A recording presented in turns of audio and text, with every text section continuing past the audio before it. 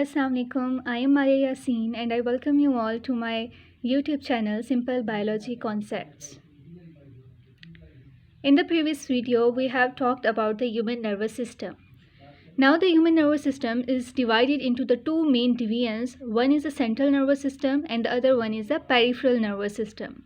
The central nervous system is made up of brain and spinal cord of our body. So brain और spinal cord हमारा central nervous system या CNS बनाते हैं. In this video, we will talk about the brain and the parts of brain. So let's start from brain. Brain, it is a part of a central nervous system. ये हमारे CNS का एक part है and the other part is the spinal cord. In animals, all life activities are under the control of brain. जितनी भी हमारी life activities हैं, हमारी eating है, हमारी feelings हैं, emotions हैं, now हमारी movements हैं, ये सारी की सारी control होती हैं हमारे brain से. The structure of the brain is suitable to perform these functions. जितने भी functions हमारी body में perform हो रहे हैं, इधर जो digestion हो रही है हमारी body में या फिर कोई हार्मोन रिलीज़ हो रहा है या फिर different जितने भी हमारे functions perform हो रहे हैं, हम movement करते हैं, all of these functions are controlled by our brain. और इन सब functions को perform करने के लिए हमारे जो brain का structure है ये suitable है. Now the cranium. As you can see in this picture, this part of the skull is known as cranium and the cranium is made up of 8 small bones. 8 bones जो हैं वो combine करके एक cranium बनाती हैं. So the brain is located inside the part of the skull called cranium. जो cranium है इसके अंदर हमारा brain present होता है. Brain is made up of small soft tissues. इसके जो tissues होते हैं वो बहुत soft होते हैं. So उनको protect करने के लिए cranium जो skull का part है ये बहुत hard protection उसको provide करता है ताकि वो damage ना हो सके.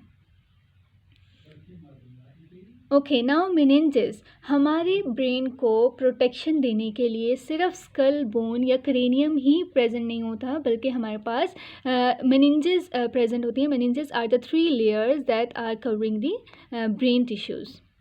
Now inside the cranium के अंदर brain is covered by 3 layers called meninges. जो हमारे skull bone या cranium के अंदर जो brain present है उस brain को cover किया हुआ 3 layers ने. As you can see in this picture, there are first layer, second layer and third layer. These 3 layers cover the brain tissues. उन्होंने उसको surround किया हुआ है.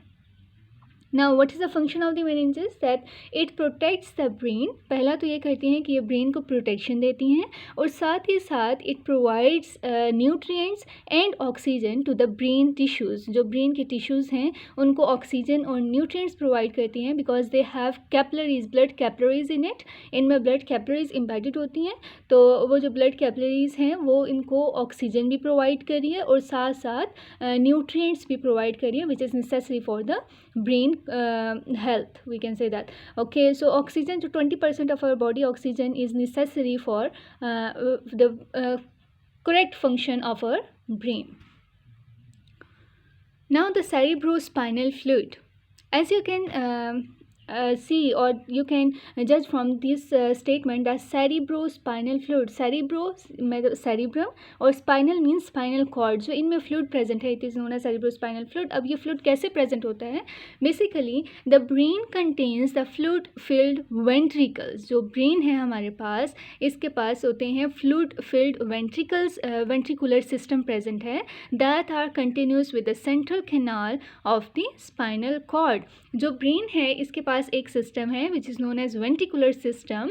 अब ये वेंट्रिकुलर सिस्टम जो है इसने सेरिब्रम को भी कवर किया हुआ है और साथ ही साथ ये सेंट्रल कैनाल स्पाइनल कॉर्ड को भी कवर करता हुआ मूव कर रहा है. As you can see in this picture, ये जो ब्लू कलर की लाइनिंग आपको नज़र आ रही है जो जिसने कवर किया है सेरिब्रम यानी ब्रेन को और साथ ही साथ स्पाइनल कॉर्ड को, it is known as a ventricular system.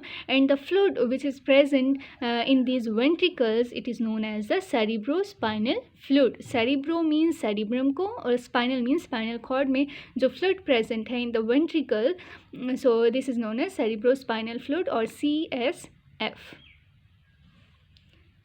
Now before moving to the divisions of the brain, सबसे पहले ये एक चार्ट देख लें. It will give you a summary. So the domain of the brains are forebrain, midbrain and hindbrain. Then the forebrain is subdivided into the three parts which are cerebrum, hypothalamus and thalamus. इसी तरह से mid brain divide नहीं है. Hind brain पे आ जाएं, it is again सब divided into three parts. जरा cerebellum. अब ये ध्यान रखना है कि जो फोर ब्रेन है उसमें सेरिब्रम होता है और इसमें सेरिबेलम है. So cerebellum, medulla oblongata and pons. So हम ये सारी की सारी डिवीजन्स अभी पढ़ेंगे विद देयर सब डिवीजन्स. हम साथ साथ एक्सप्लेन करते जाएंगे. So let's start from the forebrain. Forebrain से हम स्टार्ट करते हैं. As you can see in this picture, ये आपको ब्रेन का जो स्ट्रक्चर उन्होंने बताया हुआ है उसमें फोर ब्रेन सबसे अपर पार्ट में प्रेजेंट है हमारे पास, फिर मिड ब्रेन है मिड में, and then hind brain present है. So it is the largest area of the brain. जो फोर ब्रेन है, as you can see in this picture, कि it is the largest area of the brain. Brain का जितना हमारा brain है उसमें जो लार्जेस्ट एरिया कवर्ड है वो फोर ब्रेन ने कवर किया हुआ है. It is most highly developed in human beings. अब ह्यूमन बींग्स में जो फोर ब्रेन है it is most highly developed. As जैसे कि अगर मैं आपको यहाँ पर बता दूँ that forebrain is related to the intelligence. ये हमारी इंटेलिजेंस से रिलेट कर रहा होता है. सो जो फोर ब्रेन है ये ह्यूमन बींग्स में बहुत ज़्यादा हाईली डिवेलप्ड. किस लिए? दैट हम कहते हैं कि human beings are the most intelligent person on this earth. So इस वजह से फोर ब्रेन जो है वो यहाँ पे हाईली developed है. Now let's move to the parts of brain or subdivisions of forebrain. So first one is thalamus. हम सबसे पहले थैलेमस देखेंगे. वैसे हमें सबसे पहले सेरिब्रम पढ़ना था, लेकिन cerebrum is little bit lengthy from the other two parts. Thalamus और हाइपोथैलेमस से थोड़ा सा लेंथी है वो. सो उसको हम थर्ड पार्ट में देखेंगे, थर्ड पे देखेंगे. पहले हम थैलेमस और हाइपोथैलेमस देखेंगे. So let's start from the thalamus. जो अपर पार्ट आपको नज़र आ रहा है it is known as cerebrum, जैसे कि मैंने लेबल किया है. And this part which is present below the cerebrum it is known as thalamus. So location देख लेते हैं. It lies just below the cerebrum. Cerebrum के बिल्कुल नीचे हमारे पास थैलेमस प्रेजेंट होता है. Now it serves as a relay center between the brain, some parts of brain and spinal cord. अब थैलेमस का फंक्शन क्या है? Basically it serves as a relay centre. ये रिले सेंटर का काम करता है. कैसे काम करता है? I tell you that it receives and modifies the sensory impulses. Nose से जो सेंसरी इम्पल्सेस जा रही हैं हमारे ब्रेन में वो उनको छोड़ के बाकी जितनी भी सेंसरी इम्पल्सेस हमारे ब्रेन तक, सेरिब्रम तक जाना चाहती हैं, स्पाइनल कॉर्ड से वो मूव करती हुई आती हैं. सो ये क्या करता है बेसिकली, जब स्पाइनल कॉर्ड से वो सेंसरी इम्पल्सेस आती हैं पहले वो थैलेमस उनको कलेक्ट करेगा, उनको रिसीव करेगा, देन उनको मॉडिफाई करेगा and then they send these sensory impulses to the cerebrum part of the forebrain. So it involves in the pain perception. जो pain perception है उसमें help करता है. and the consciousness of the human beings or the animals, उसमें consciousness और pain perception में हमारे पास thalamus बहुत important role play करता है. Now let's move to the hypothalamus. Hypothalamus की लोकेशन देख लें. ये थैलेमस और मिड ब्रेन के मिड में आपको नज़र आ रहा है हाइपोथैलेमस. सो इसकी लोकेशन है that it lies just above the mid brain के ऊपर, बिल्कुल ऊपर, एंड बिलो द थैलेमस और थैलेमस के नीचे. यानी कि थैलेमस और मिड ब्रेन के मिड में हमारे पास जो प्रेजेंट है it is known as hypothalamus. Now in humans it is roughly the size of almond. Human beings में जो हाइपोथैलेमस है इसका साइज़ रफली एक आलमंड के साइज़ की तरह होता है. बहुत बादाम के एक साइज़ जितना होता है हाइपोथैलेमस का, स्मॉल साइज़ है इसका. Now it links the nervous system to the endocrine system.